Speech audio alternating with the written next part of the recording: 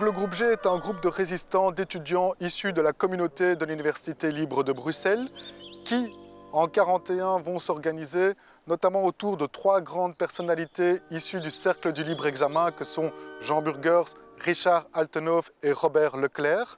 Et donc le groupe G va travailler constamment, et ce sera ses principales missions, à saboter les voies de communication et les voies de transport.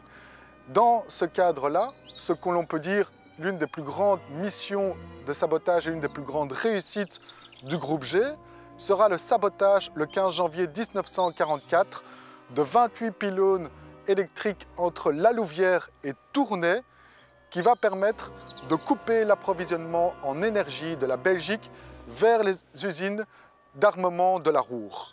Le prix payé par le groupe G durant la Seconde Guerre mondiale sera la mort notamment de 12 membres du groupe G, symbolisés par ces 12 pylônes en inox. Et notamment, citons deux de ses principaux fondateurs, Jean Burgers et Richard Altenhoff, qui seront tous les deux exécutés par l'armée allemande. Donc ce monument a deux phases d'existence. La première a lieu en 1994, lorsque plusieurs cercles se réunissent dans le cadre des commémorations des 50 ans de la libération et de la réouverture de l'université. Ils vont mettre une première statue, une première pyramide temporaire, mais très rapidement, il est décidé de faire un monument définitif en hommage aux résistants et au groupe G.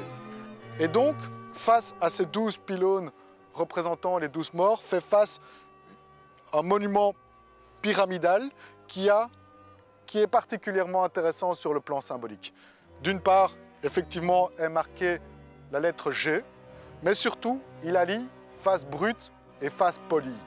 Il signifie que le groupe G croyait finalement en la perfectibilité de l'homme et ce passage entre un homme non encore construit et un homme qui se construit, croyant finalement, permettant de croire à un monde meilleur.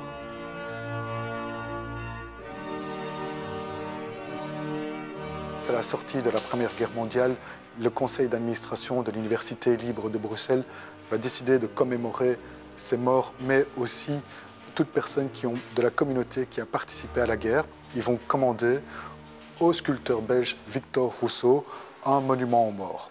Ce monument aux morts, qui sera installé au début des années 20, le sera à la rue des Sols, au Palais Grandvel, donc avant la construction du bâtiment A de l'université. Alors ce monument qui sera finalement inauguré en 1930 au moment de l'inauguration du bâtiment A va connaître finalement une troisième transformation au moment de la sortie de la Seconde Guerre mondiale et où il sera décidé assez logiquement d'inscrire les noms des morts de la Seconde Guerre mondiale juste au-dessus de leurs aînés décédés pendant le cadre du premier conflit mondial. Franz Kufrat est un étudiant de la Polytech qui réalise son service militaire aussi pendant ses années d'études et au moment de la mobilisation en 1939, il sera fait lieutenant d'une section d'artillerie, section à la tête de laquelle il décède le 11 mai 1940, alors deuxième jour de l'entrée en guerre. Le corps de Franz Kufrat est alors enterré au cimetière de Bruxelles, à proximité finalement de la tombe de Theodor Verhagen, et sa sépulture sera ornée d'un bas-relief sculpté par Jan Butz, qui le représente lui, Franz Kufrat, tout sourire, avec sa penne et les insignes du cercle de la Polytechnique.